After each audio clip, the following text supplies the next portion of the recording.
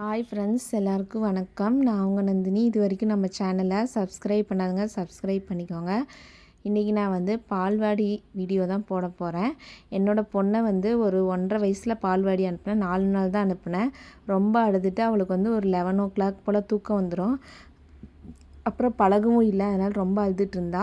பால்வாடியில் 2 dress கொடுத்தாங்க. அப்புறம் 1.5 வயசுக்கு அப்புறம் ஒரு 3 மாதம் அனுப்பாமையே விட்டுட்டேன். அதுக்கப்புறம் 1.25 வயசில் அனுப்புனேன். இப்போ 2 மாதமாக போயிட்டுருக்கிறா. அப்புறம் ஒரு டைம் ரொம்ப ஃபீவர் வந்துருச்சு. அதுக்கப்புறம் 1 வீக் அனுப்பவே இல்லை.